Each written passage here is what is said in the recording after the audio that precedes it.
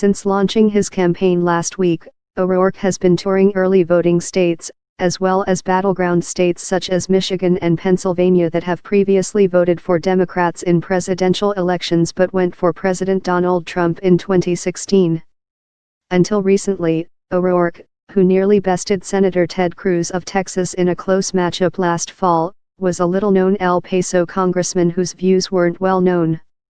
Recent trips to Iowa and New Hampshire allowed him to fill in some blanks and gave him a chance to try to move past some flubs, such as quips about being a part-time parent.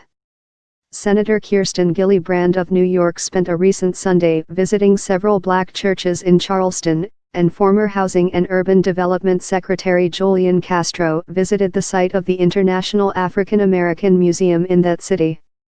Senator Bernie Sanders of Vermont, who also spent Martin Luther King Day in South Carolina, drew a largely white audience last week during a rally at a black church in North Charleston, a city where nearly half the population is black.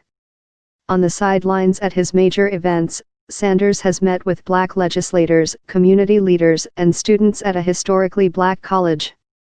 O'Rourke makes his debut in South Carolina as a number of his fellow contenders visit as well.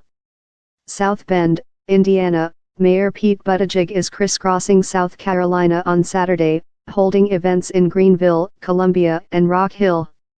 Booker is making his third trip for town hall-style gatherings that day in Rock Hill and Columbia. He'll return March 27 for a televised CNN town hall.